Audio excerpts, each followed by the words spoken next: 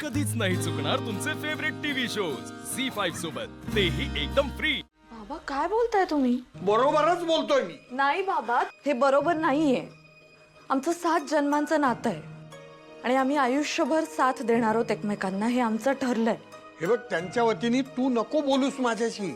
बोलणार मी,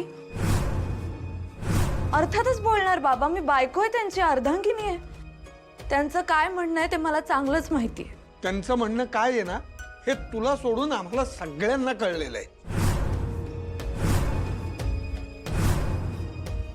काय कळलंय?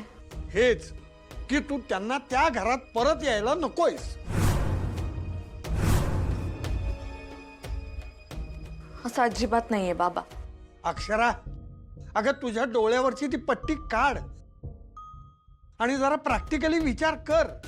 तो माणूस तुला परत नेण्यासाठी काहीच प्रयत्न करत नाहीये। करतायत ते प्रयत्न। ते हे करत असतील, ते करत असतील, असं नुसत्या हवेत गोळ्या मारून काहीही उपयोग नाही अक्षरा। तुला एकच सांगतो, हे बघ, त्यातच अडकून राहू नकोस। पुढे चल। पुढे चल म्हणजे? पुढे चल म्हणजे तू आता स्वतःचा आणि तुझ्या बाळाचा विचार कर। एकदा लग्न झालं की सगळं संपलं असं अजिबात नसतं। हे बघ, मी तुझ्या अधिपतींशी घाईघाईत लग्न लावून दिलं, ही चूकच झाली माझी। चूक झाली हे मान्य केलं ना तर ती सुधारता येते, नाहीतर चुकांची पुनरावृत्तीच होते। पण मला नाही असं वाटत बाबा। म्हणजे मला नाही वाटत की मी चूक केली अधिपतींशी लग्न करून। म्हणून तू माहेरी आहेस का आता? म्हणून तुझ्या पोटातल्या बाळाच्या डोक्यावर बापाचं छत्र नाहीये का?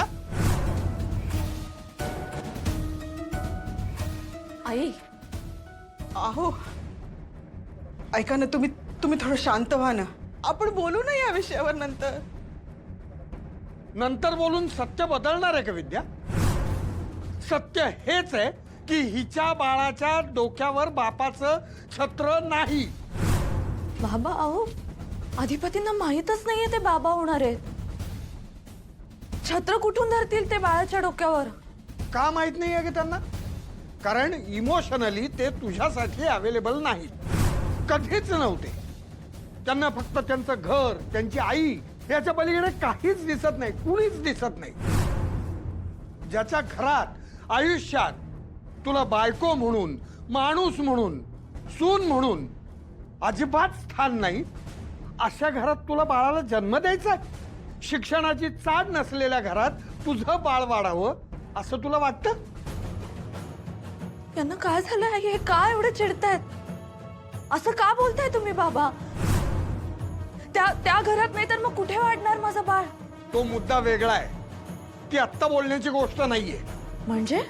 हे बघ अक्षरा, आत्ता मुद्दा हा आहे की तू त्या घराला कायमचा रामराम ठोकावास।